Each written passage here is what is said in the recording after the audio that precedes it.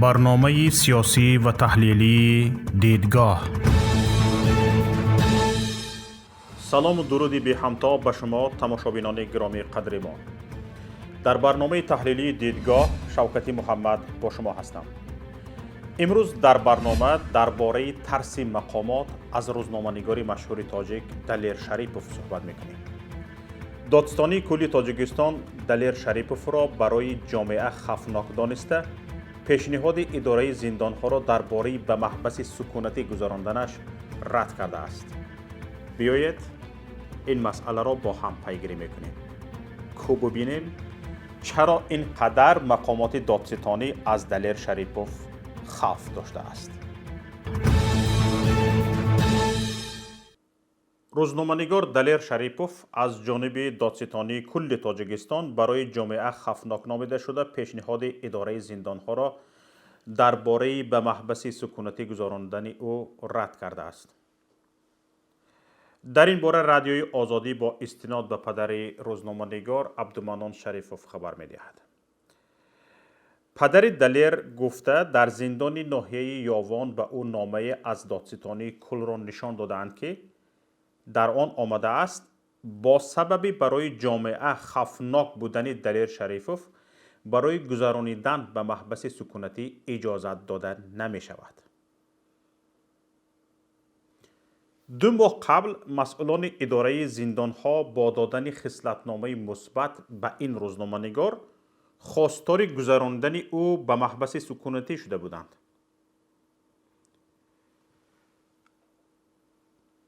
روزنامه‌نگار را مسئولین زندان میسنجند و میبینند که این یک شخصی با آداب، رفتارش خوب، مناسبتش نیک است. خصلتنامه میدهند که انسان خوب است، شخص بی‌خوف است. اما در همین حال مقامات دادستانی خود مقامات زندانبانی را متهم میکند و میگوید که نه، این شخص خفناک است و نباید او به زندان سکونتی انتقال یابد. چرا؟ دلیر شریپوف از روزنامه‌نگاران آزاداندیش و حقگو است که برخی اقدامات و سیاست‌های حکومت تاجیکستان را تنقید میکرد. دلیر آخر ماه ینوری سال جاری بازداشت شد و ماه اپریل با اتهام برانگیختن کینه و عداوت ملی و مذهبی به 1 سال زندان محکوم شد. حالا در محبس ناحیه یاوان ادای جزا میکند. قبلا یک منبع ما از بد شدن وضع سلامتی دلیر خبر داده بود و والدانش هم به رسانه‌ها گفته بودند وضعش خوب نیست و در محبس احساس فشار میکند. منصور جان عمروف سردار سرریاست اجرای جزای جنایی وزارت عدلیه تاجیکستان ماه اکتبر امسال گفته بود دلیر شریپوف در مدتی که در مؤسسه اصلاحی به سر برد به هیچ عمل نامطلوب دست نزده است و رفتار مناسب دارد. پاسخ رد دادستانی کل و برای جامعه خفناک خواندن دلیر در حالی است که به پایان مهلت حبس دلیر شریپوف حدود 40 روز باقی مانده است و تمام. باید بعد از 40 روز دلیر شریپوف آزاد شود. در همین حال معلوم نیست در کدام اساس و با تکیه به کدام بخش پرونده دلیر دادستانی او را خفناک می شمارد. یگانه گناهی که برای دلیر توانسته بودند پیدا کنند این بود که او در یک تحقیق روزنامه‌نگاریش از کتاب اقتباس آورده که در تاجیکستان آن کتاب گویا ممنوع بوده است. بازداشت و حبس دلیر شریپوف واکنش تند و بی‌سابقه روزنامه‌نگاران تاجیک و حامیان حقوق بشر را برانگیخته بود. همکسبان دلیر در مرافعه‌های دادگاهی او فعالانه شرکت کردند و در کمپینی راه اندازی شده از طرف فعالان در خارج را دستگیری کردند که در شرایط تاجیکستان بی‌سابقه شمرده می شود. سازمان دیدبان حقوق بشر، عفو بین الملل، همکاری بین المللی برای حقوق انسان، کمیته نروژی هلسینکی، کمیته دفاع از خبرنگاران بارها از حکومت خواستند دلیر شریفوف را آزاد کنند. ظاهراً همین اعتراض روزنامه‌نگاران و فعالان در داخل و خارج باعث شد مقامات در حکم زندان دلیر از احتیاط کار گیرند و او را به 1 سال زندان محکوم سازند. تجربه های قبلی بازداشت شده ها با اتهامات به همین مانند به پرونده دلیر شریفوف نشان می دهد که دادگاه ها حکم های به مراتب سنگین‌تر صادر می کنند. رادیوی آزادی می نویسد که برای شرح به دادستانی کل درباره آن نامه اش به اداره زندان ها مراجعت کرده اما پاسخ دریافت نکرده است. ما شبکه های اجتماعی را پیگیری کردیم که بعد این خبر که ببینیم کارشناسان و همکسبان دلیر در این باره چی نظرها دارند. مهمانشاه شریفوف سیاست شناس و فیلسوف تاجیک که از دوستان دلیر است در واکنش به پاسخ دادستانی کل در صفحه فیسبوکیش می نویسد دادستانی کل خبر ندارد که جامعه سالم بر وقت باز در این قرینه وجود ندارد.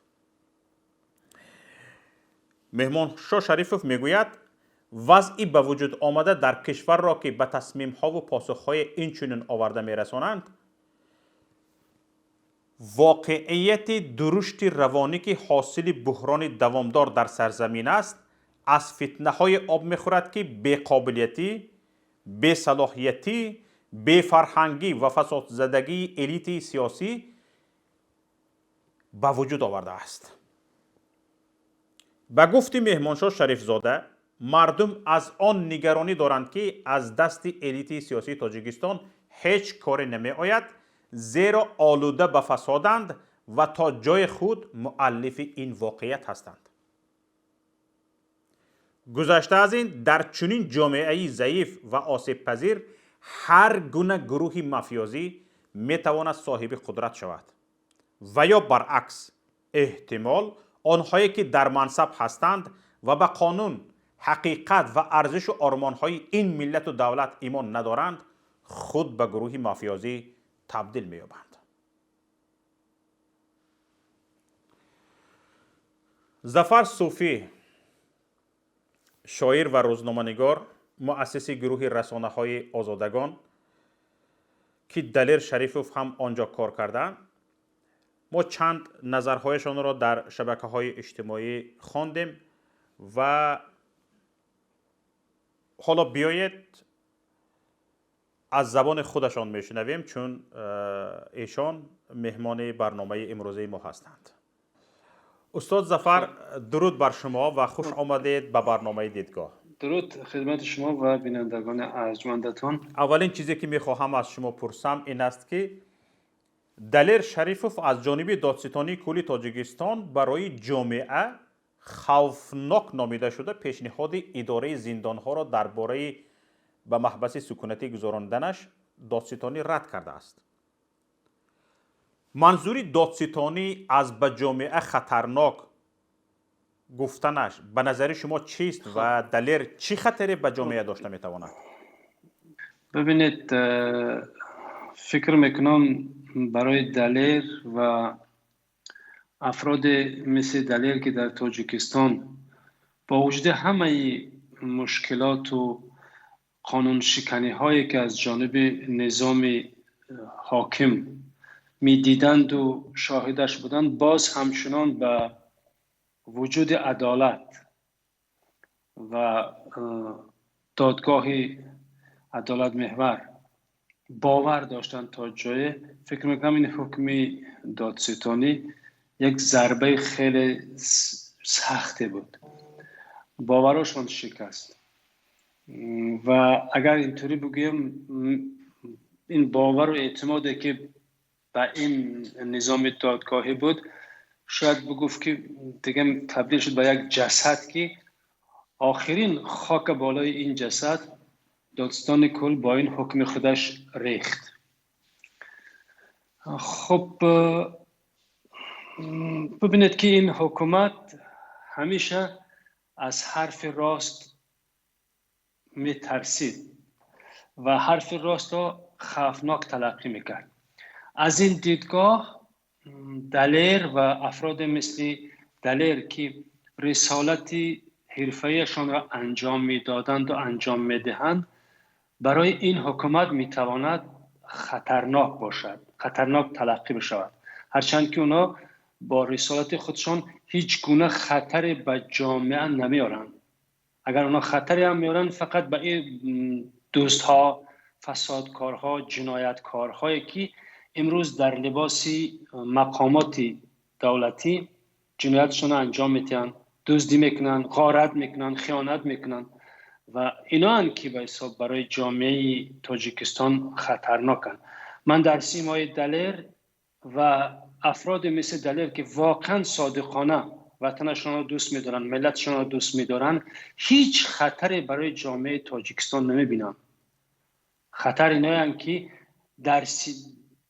در نقاب وطن دوستی و خدمت به وطن در اصل خدمت به یک خانواده، به یک شخص دارن و ملت خیانت میکنن، به جامعه تاجیکستان خیانت میکنن، جنایت میکنن، دزدی میکنن، فساد همه جا را فرا گرفته، چه فساد اخلاقی، چه فساد اجتماعی.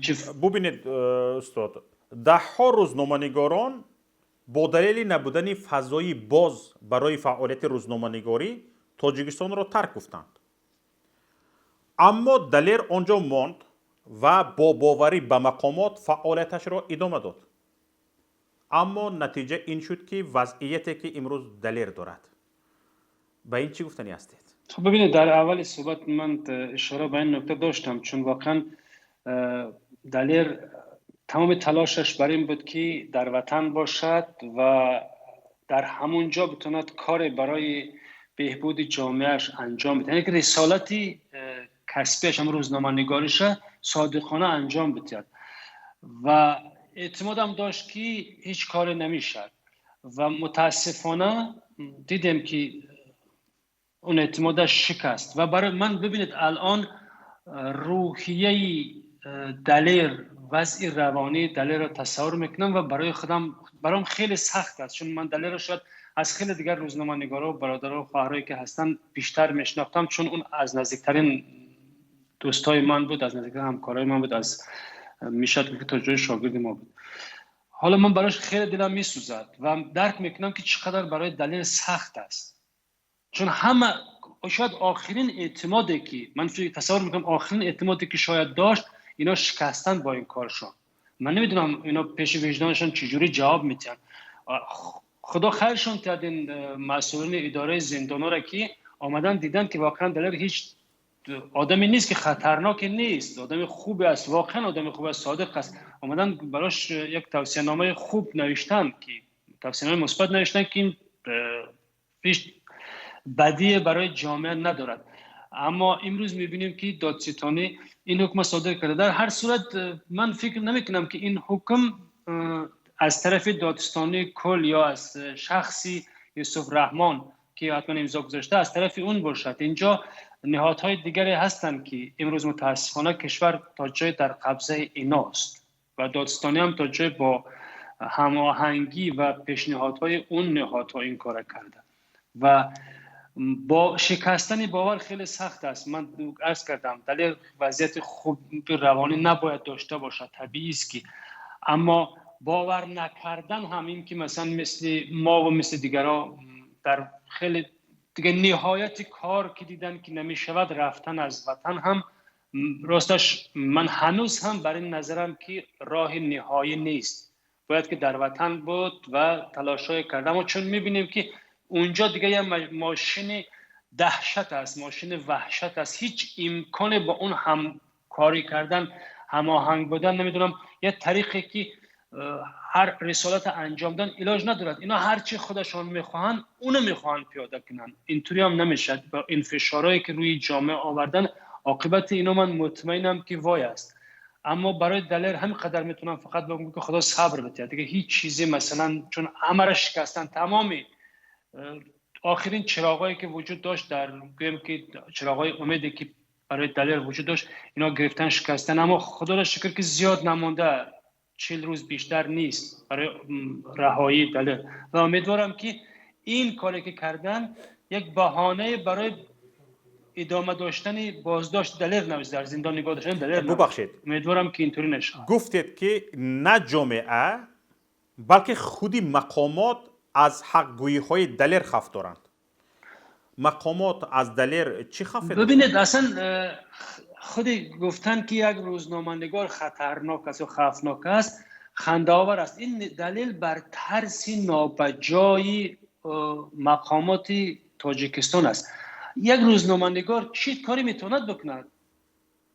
اون نه تروریست است، نه مثلا دهشت افکن، هیچ در بدترین گویم که شرایط برای اونا البته و در تواناترین نقطه ای که یه روزنامه‌نگار میتونه یه مطلب مینویسه، از این بیشتر که روزنامه‌نگار دیگه چه کاری نمیکنه. حالا اگر نوشتن مطلب، گفتن حقایق زندگی خطر باشد، بله خطرناک است، خوفناک میتوند باشد، چون دلیر انسان راستگو است، دروغ را قبول ندارد، صادق است.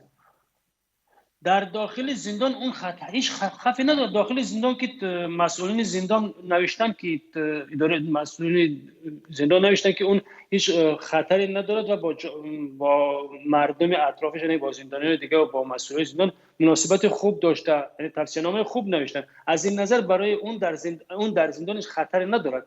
اونا بیشتر فکر میکنم منظورشون از با جامعه خوفناک بودن، جامعه بیرون در نظر دارن، چون وقتی اگر این حکم صادر اینجوری حکم صادر نمیکردن، رضا میشتن به پیشنهاد اداره زندان، دلیر دیگه میتونست خانهش بیاید برگردونه که رفت و آمد داشت به زندان، دائم در داخل زندان نبود، بیرون می آمد و تمام تلاششون هم اینطوری بود. در اصل پیش از زندان هم به حساب پیش از صدور حکمم تا جای مثلا اینا وعده‌ای کرده بودن که از سه یکی مهلت زندان اگر بشینه کی آزاد میکنند و میره خانه تو از این چیزا.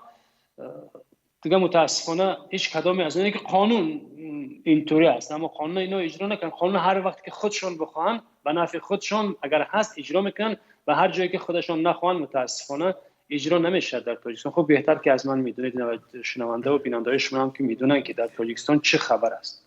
بسیار خوب، تشکر. تماشابینان خدا گرامی، نگهدارتان، موفق و مایعات باشه. با ما بودند ظفر صوفی، شاعر و روزنامه‌نگار تاجیک، مؤسس گروه رسانه‌های آزادگان.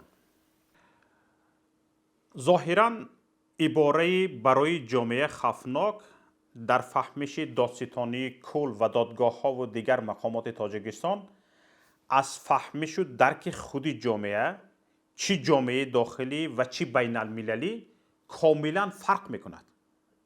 نظر مقامات تفتیشاتی و دادگاهی تاجیکستان حتی به نظر همکاران خارجیشان در اکثر کل جهان توافق دارد.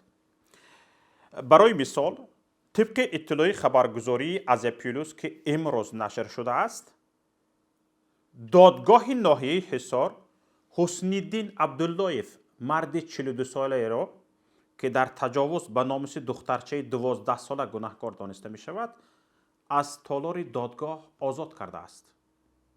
پدافیل آزاد شده است.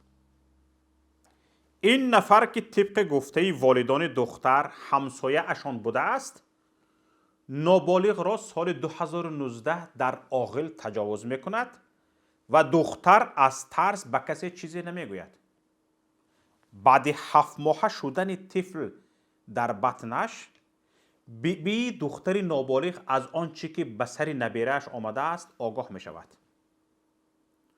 دختر نقل کرده است که مرد تجاوزکار در دست کارد و با تهدید زوری او را تجاوز کرد. این مسئله را رئیس حزب سوسیال دموکراتی تاجیکستان رحمت الله زایروف برداشته بود. رحمت الله زایروف در یک عریضه‌اش به عنوان پروکورور ژنرالی جمهوری تاجیکستان و دیگر مقامات دخلدار کشور نوشته بود که سال 2019 یک ساکن 42 ساله این دهه با نام حسن الدین عبداللایف دختر 12 ساله همسایش را در عاقلخانه اشان تجاوز کرده است. این دختر که سال تولدش 2007 می باشد 2 ماه پیش کودک تولد کرده است. آقای زایروف از آن نگران بود که مقامات کارهای داخلی شهر حصار این حادثه را پنهان میکنند. به گفت زایروف کارمندان حفظ حقوق می توانند حادثه به سر این دخترک آمده را رنگ دیگر دهند و حکم هم برارند که این حادثه تجاوز به ناموس نبوده، این دختر از دیگر مرد حامله دار شده است. وقتی والدین از حادثه آگاه می شوند، عبداللطیف با تهدید به دختر و والدینش آنها را از نوشتن عریضه به مقامات باز می دارد.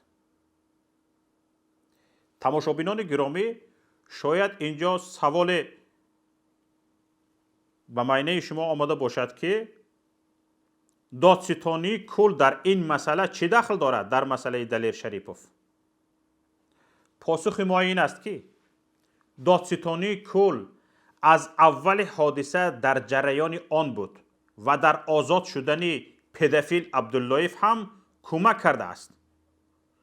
فاروق رئیفوف، معاون سردار ریاست نظارت تفتیشات پیشکی دادستانی کل، روز 14 ایول در نشست خبری این نهاد گفته بود حادثه هنوز تا تولد کودک مورد تفتیش پیشکی قرار داشت و تشخیص DNK انجام داده می شود که پدر بیولوژی کودک را معلوم کنند.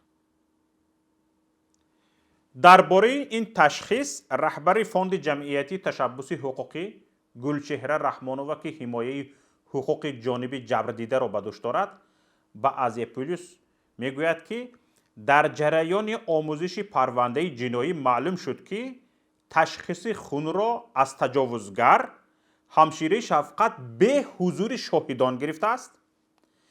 در مواد پرونده ذکر شده است که از عبداللطیف 10 میلی گرم خون گرفته شد، اما وقت خون را به بیمارخانه قره‌بالای دوشنبه آوردند آن 8 میلی گرم شده است.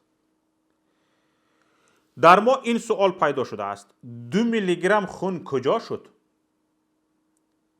وقت دادستانی کل تشخیص خون گرفته است یا حداقل از آن خبر دارد، پس باید به این سوال پاسخ دهد که 2 میلی گرم خون را کجا کرد. یگانه فریضه‌ای که به ذهن می آید این است که خون در راه عوض شده است و دادستانی از آن خبر دارد. یعنی با ریزاگی دادستانی در راه خونی از شخص پدافیل گرفته شده در راه عوض شده است، بعد به اکسپرتیز رفته است. از عهده این کار دادستانی می براید. همچنین گلچهره رحمانووا میگوید ما پافشاری کردیم که نسبت گناهکار ماده 138 قسم 3 تجاوز به ناموس تطبیق شود، اما دادگاه قرارش را طبق ماده 141 قسم 1 کودکس جنایی جمهوری تاجیکستان علاقه جنسی یا عملهای دیگر شهوانی نسبت شخصی به 16 سالگی نرسیده به نشانه های جنایت صادر کرد.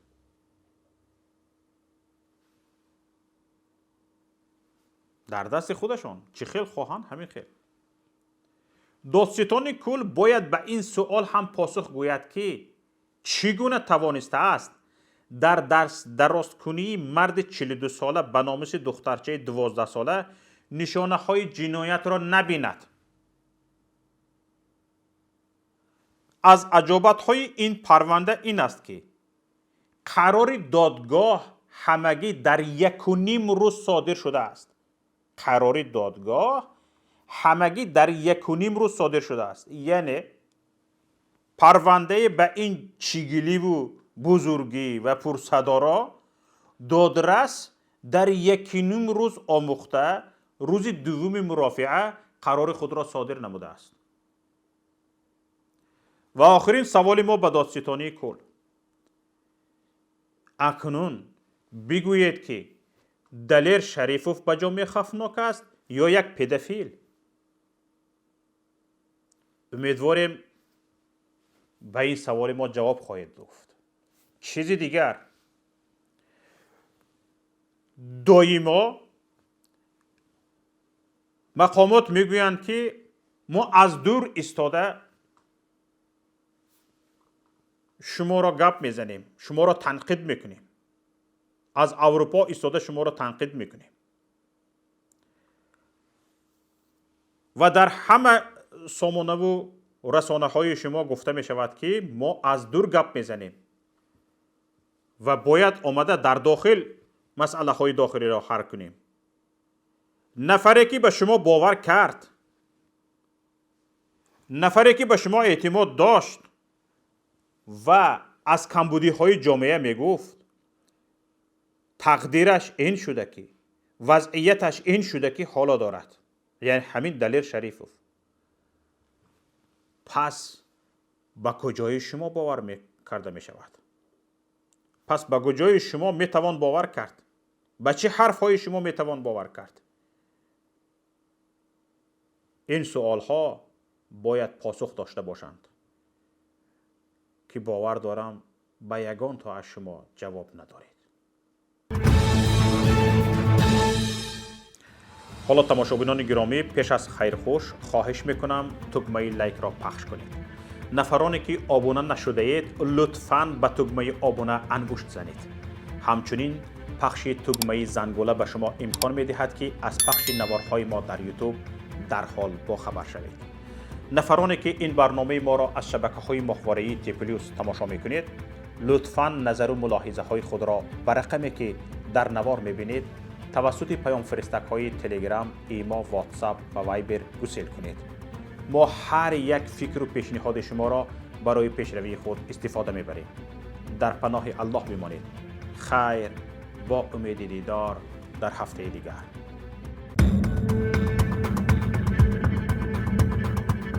برنامه سیاسی و تحلیلی دیدگاه.